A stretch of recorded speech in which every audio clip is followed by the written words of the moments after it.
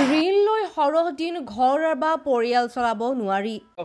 আমি এটা কথাত অভিজ্ঞতা হৈছে যে ধাৰ কৰি সৰহ দিন ঘৰ বা পৰিয়াল ভালদৰে চলাব নোৱাৰে। আজিৰ নৱপ্ৰজন্মই এই কথা উপলব্ধি কৰিছে। গতিকে নৱপ্ৰজন্মই যাতে এই কথাটোৰ ওপৰত কিছু নিৰ্ভৰ কৰে, মানে এমাহত আজি 1000 কোটি টকা, অহা মাহত 1500 কোটি টকা, এই যি ধাৰ বৃদ্ধি হৈ আছে, ইয়াৰ ফলত একোটা পৰিয়াল ধ্বংস হোৱা আমি দেখিছোঁ। গতিকে আমাৰ ৰাজ্যখন যাতে তেনেকুৱা হৈ নাযায়, তাৰ কাৰণে নৱপ্ৰজন্মই চকু ৰখাটো উচিত।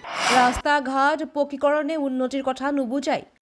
এখন অভাৰব্ৰিজ বা ৰাস্তা ঘাট পকীকৰণে দেশৰ উন্নতিৰ কথাটো নুবুজায়।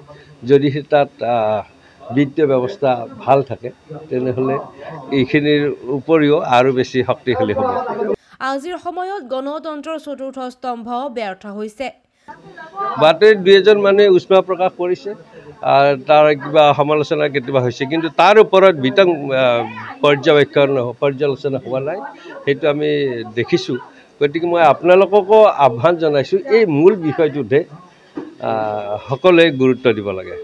তৃতীয় পৰ্যায়ৰ ভোটদানৰ সময়ত প্ৰাক্তন বিধায়ক অশোক শৰ্মাৰ বিস্ফোৰণ। এক প্ৰকাৰ ঋণ লৈ চৰকাৰ চলোৱা ডক্টৰ হিমন্ত বিশ্ব শৰ্মা নেতৃত্বাধীন বিজেপি চৰকাৰক তীক্ষ্ণ সমালোচনা। এই ক্ষেত্ৰত যিহেতু গণতন্ত্ৰত চতুৰ্থ স্তম্ভ বুলি আপোনালোকক কয়, মোক নকয়, মই ৰাজনীতি কৰোঁ নকয়, কিন্তু আপোনালোকক কয় গণতন্ত্ৰৰ চতুৰ্থ স্তম্ভ, তাৰ একোডাল ৰদ বুলি। গতিকে এই কথাখিনি আপোনালোকে বিশ্লেষণ কৰি ৰাইজৰ মাজত আচলতে উলিয়াই দিব লাগে, কিন্তু আমি দেখিছোঁ সেইটোত ব্যৰ্থ হোৱা যেন আমাৰ অনুভৱ হৈছে। কাৰণ মাহে মাহে ইমান কোটি টকা ধাৰ লৈ আছে, সেইটোৰ ওপৰত বিশ্লেষণ এতিয়ালৈ হোৱা নাই। পিনে সংবাদ মাধ্যমৰ ভূমিকা সন্দৰ্ভত তাৎপৰ্যপূৰ্ণ মন্তব্য।